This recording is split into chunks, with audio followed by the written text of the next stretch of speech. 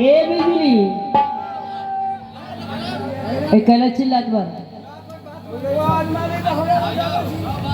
ए बिजली हो तोरा से तो बोले में हो बिजली बारा मन लगई छैना स्वामी जी से बोले में बिजुलिया लगैया सारा बाबा ये बिजुली हो हो हो हो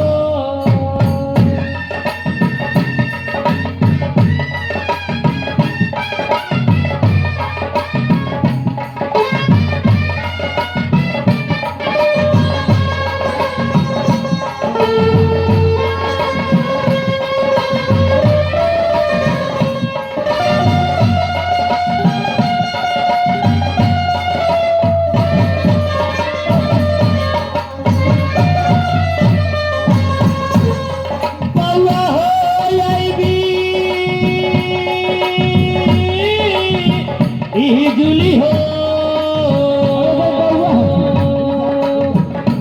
कैसे के तबल आई हो बिजुलिया पिया नीर मोहिया से ना बोलते सारा बाबा हमरा लगई छई हे बोल पूर्ण गरी या में हो हो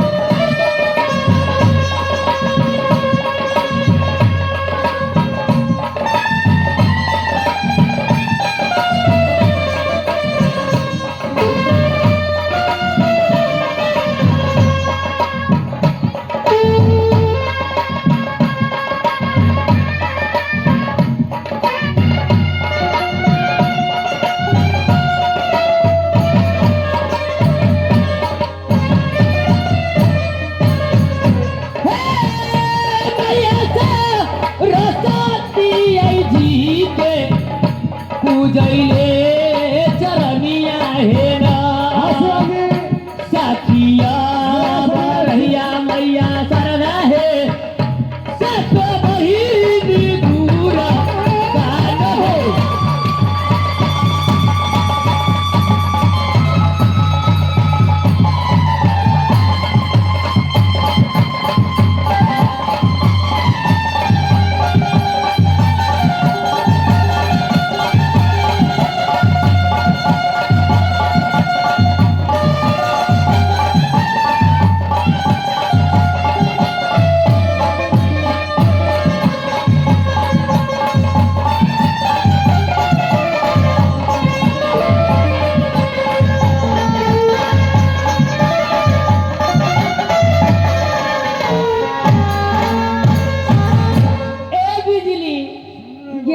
ये माई सुन रुकू ना काले ना हवा करे रुकू ने को बात बतियाए के है हां शिवानी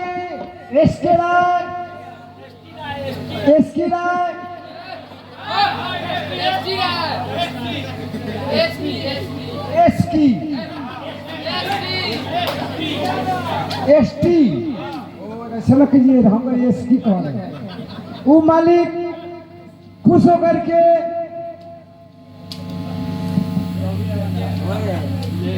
तोरा से बोले छी ना तो बड़ा सुंदर लगैया आ स्वामी जी से बोले में बड़ा लाज जा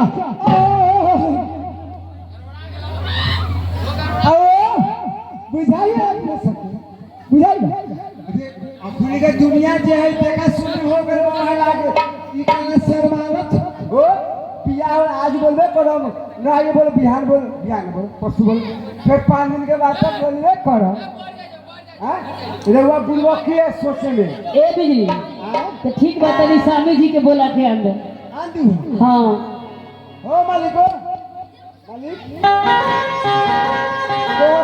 थी मुंह मन कोई जाओ हमरा से को होते ना तो 6 महीना घर में से न निकल आ कथी अथी मुंह में नहीं कोई हे गोरा लगियो हो बोला परिया न परियई है ना खुशी मान से दियो हमर पियावा यही के आशीर्वाद ऐसा जी है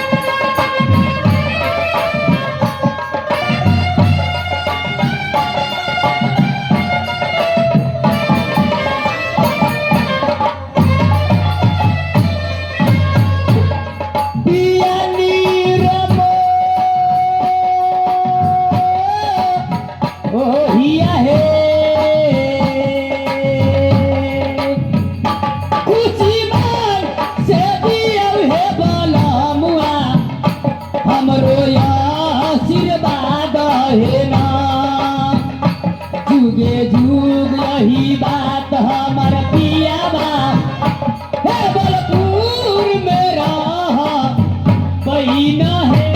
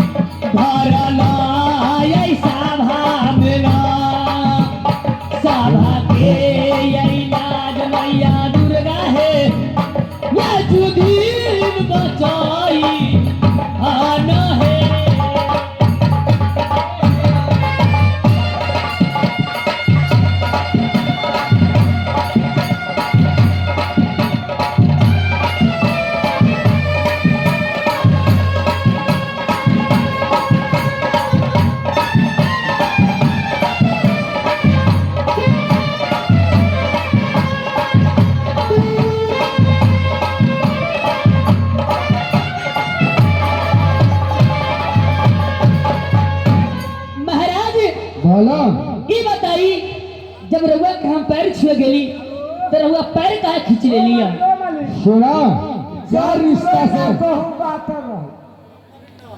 क्या रिश्ता है जो पैर छूने का कोई रिश्ता नहीं थे क्या रिश्ता सुनी महाराज पूरे गांव समाज के भरल बीच में हमार शादी भइल बा कि कोई रिश्ता नहीं थे रोड का शादी का कोई वैल्यू नहीं का रोड के शादी के कोई वैल्यू नहीं जब ये शादी ना करे के रहे तो रउआ ना आती जब हम गोर लाए के लिए तो रउआ आशीर्वाद ना काहे ला दे लिया अरे वो मुंह में लकवा मार देले लकवा धर देले ए बिजली तू जा गेट पर आ गेट पर जाके पहरा देगा हम डाले रहो हमर दुनू प्राणी के बात बा हम दुनू प्राणी बतिया तनी गेट पर रहो बिजली गेट पर जा गेट पर रहो महाराज आओ अलबत कोई गोत के अलबत कोई गोत के ना जाइए गेट पर महाराज बोलो हे चला दी से चला हो बोला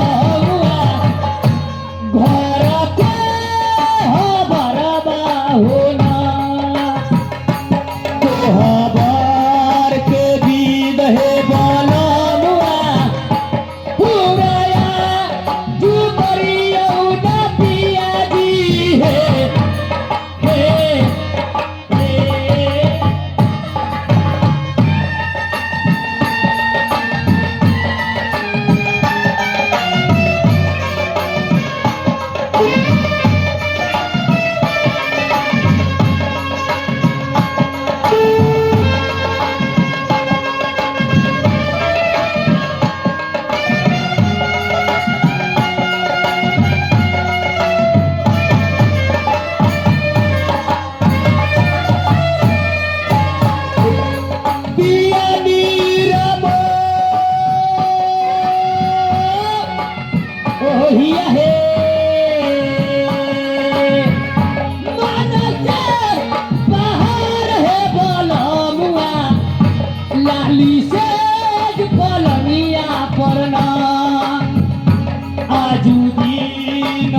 बतिया हमर पिया बा चढ़ली जवनिया आई पिया जी हे हे हे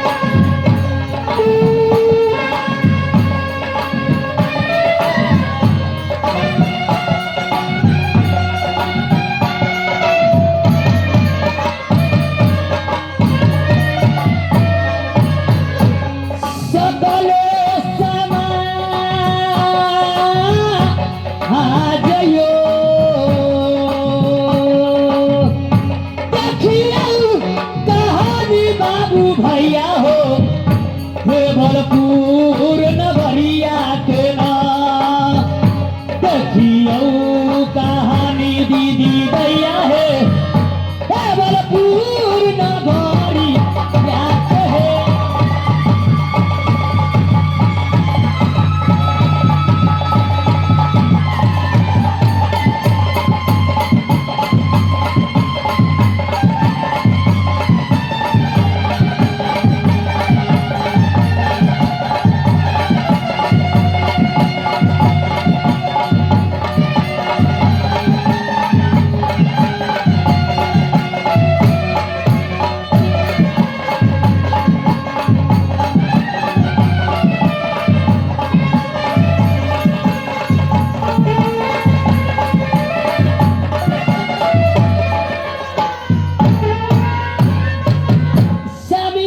बोलो चली ना घर कोहबर में कोहबर के बीज रहुआ पूरा करी कोहबर में जाना है हाँ ठीक है मैं एक बात पूछता हूँ बता दो उसके बाद मैं ना कहूँगा आगे दीदी के माई के माई पहले चली पहले घर कोहबर के बीज रहुआ पूरा करी तेरे बाद रहुआ जोन बात पूछे कोई हमरा से पूछ ले अब एक दिन का बात है तू बता दो मैं कोहबर के लिए तैयार हूँ का एगो बात पूछ हम तभी जान कोहबर में हाँ हाँ ऐसा कौन बात बाजे रहुआ पूछत रही है जरूरत बात है ठीक है महाराज बताई हम सुने के लिए तैयार बनी ठीक है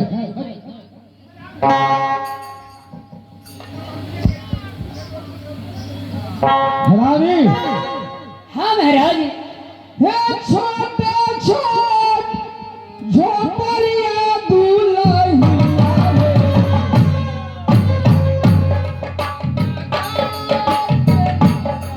हे ना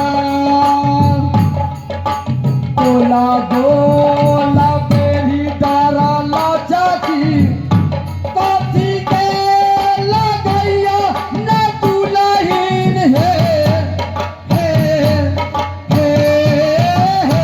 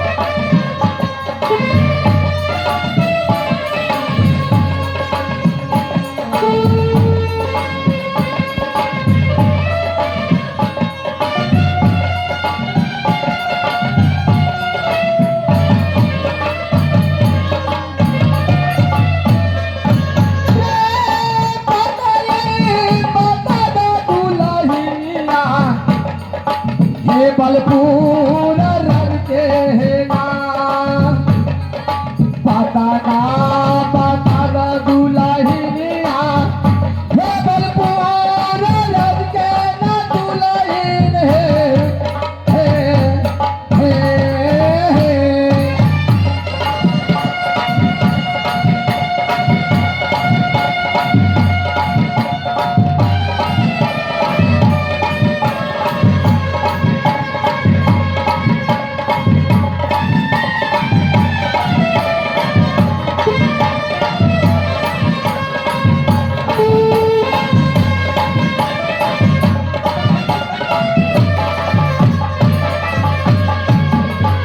रानी हाँ महाराज, ये बताओ कि छोट छोट झोपड़ी कौन जात का है, गोल गोल बेड़ी कौन चीज का है, बेनाक पगहा का कौन जानवर है, तुम्हारे राज का मैनेजर कौन जात है, चार बात बता दो, मैं कोहबर के लिए तैयार हूँ।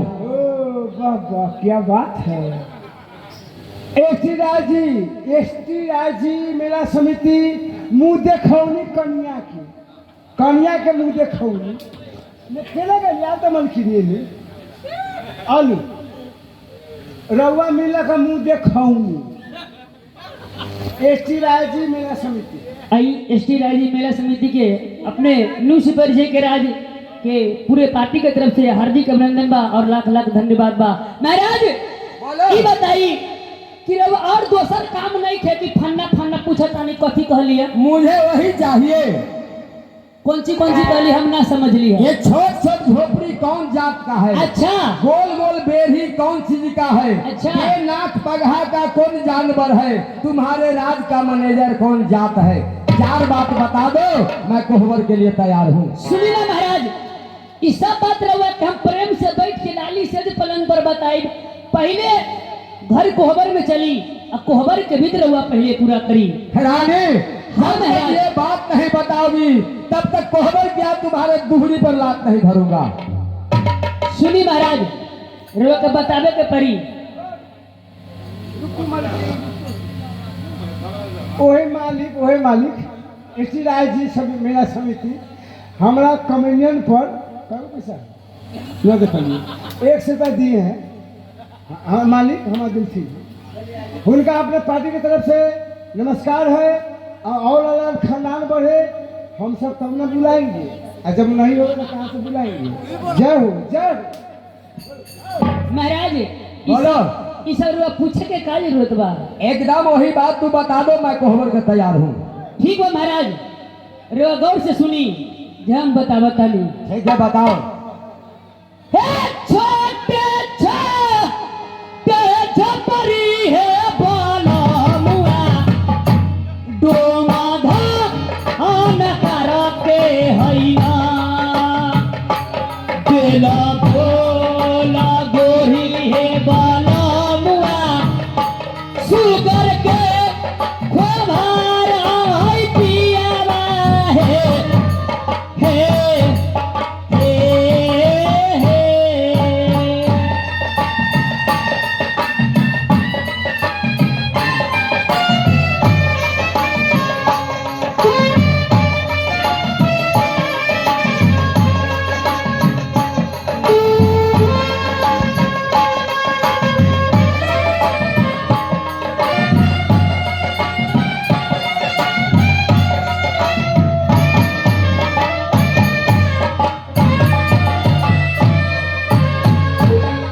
पिया डरला अच्छा कहे बिना ना तो पगहा के जानवर सुगर बाऊ आई छई है ना हमारो मैनेजर हमर पिया बा बलिराम गोबरवा न लगै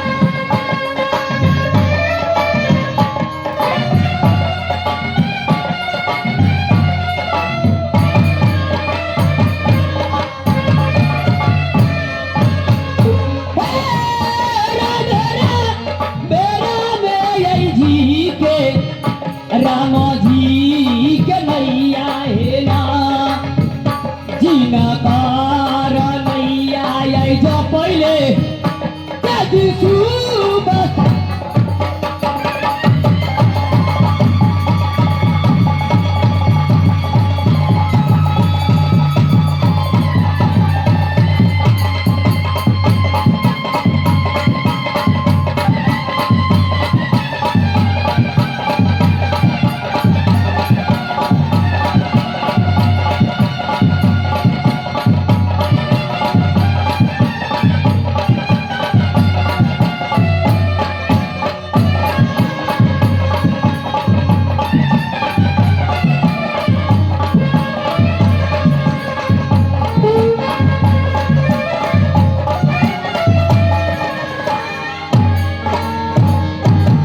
रानी हाँ महाराज क्या बोली मैं समझ ना पाया।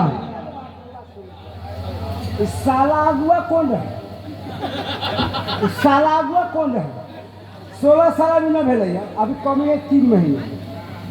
साला 16 साल कहाँ 80 बरस। साला अगुआ कौन रहे? तोर बहनोई। महाराज पूछी का पूछे तनी यो क्या बोली है मुझे समझ नहीं आया, मुझे बताओ। देखी महाराज जितना जाई छोट छोट झोपड़ी देखा तानी हाँ सब डोम धनगार के घर बा। अच्छा गोल गोल जे बेही देखा तानी हाँ ई सब सुकर के खोभार बा। अच्छा बिना नाथ पधा के जानवर जे घूमेला ई सब सुकर बउआले। हमर मैनेजर बलिराम डोम बा।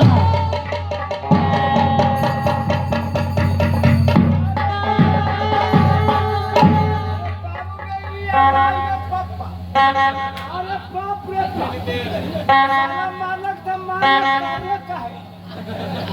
बाप रे मालक सड़क करलक है। रानी बाबू हो बाबू।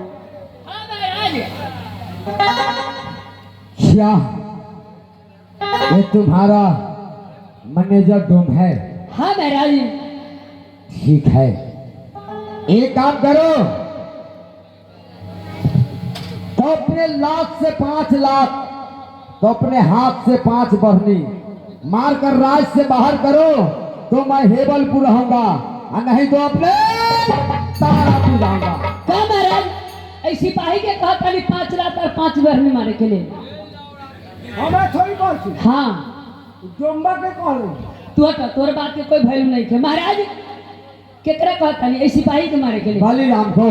का बलिराम भैया के। हाँ हाँ महाराज बोले में तनको शर्म आई कि ना आई? क्या शर्म? हाँ महाराज कि बलि भैया हे गोदी में खेलन कोई है बोला हुआ तालिया अब भैया है ना गोदी में खेले वो यही काला कोई हे बोली यही रबिया के पियावा है हे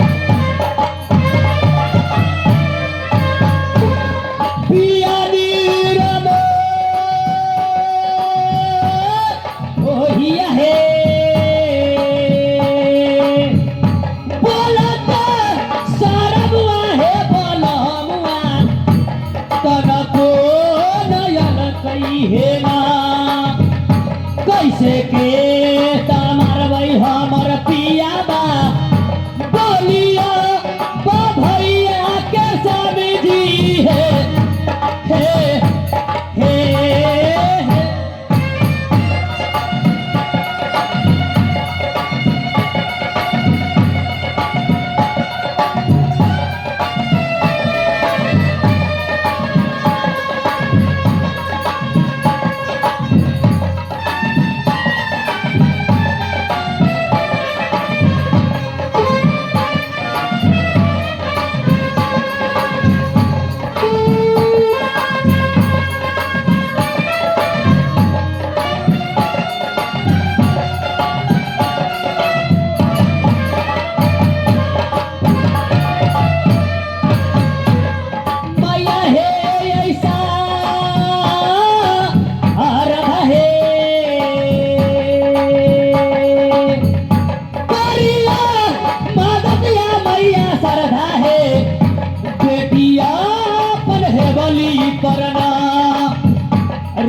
रखिया खुशहाल मैया सरदा है ए बलपुर नगरी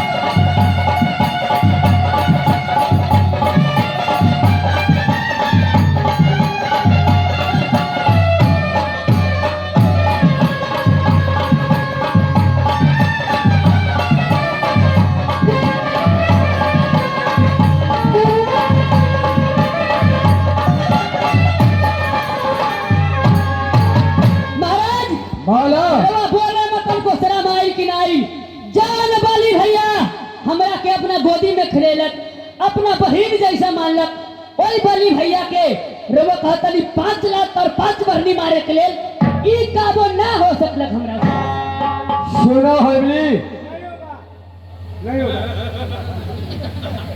तुमसे पूछने जाते हैं हेबली हाँ महाराज इधर सुनो हाँ बोली जब तुम्हारा बल्ली भैया गोद में खिलाया पोस कर जवान किया फिर तो अपना बल्ली भैया से बियाह क्यों न किया से मुझसे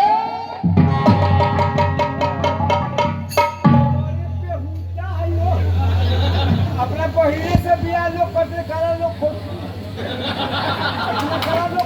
सुनी महाराज बोलो ई राज 14 कोष के राज बा बलिराम के रखे के भी एगो कम हमर से के मजबूरी बा क्या 14 कोष के राज में एके वक्त हमर छतरी के परेला बाकी डोम धनकार के घर बा तई गांव में डोम धनकार न नौकर रही तो दोसर जात कौन रही मुझे डोम नौकर नहीं चाहिए निमन कहले सुन ली राधे बलिया मुझे डोम नौकर नहीं चाहिए मैं जो कहा कि तो अपने लाख से 5 लाख और हाथ से 5 बरनी मार कर राज से बाहर करो तो मैं हेवलपुर रहूंगा नहीं तो मैं अपने तारा पे जाऊंगा। महाराज ई हमरा बुते ना हो नहीं होगा नहीं। तुम रहो मैं चलता हूँ अपने तारा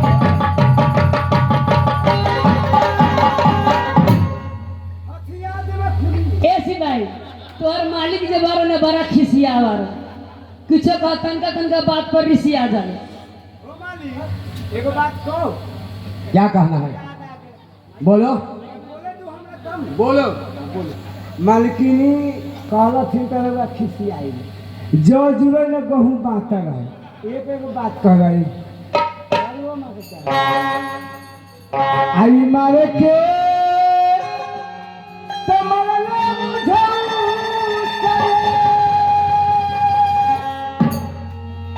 आज चुरिया कहे भोला लहो बोला मुआ चुरिया कहे भोला लहो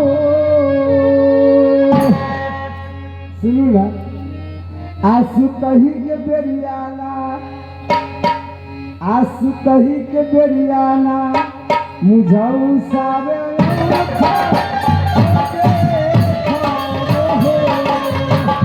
कही के बेरियाना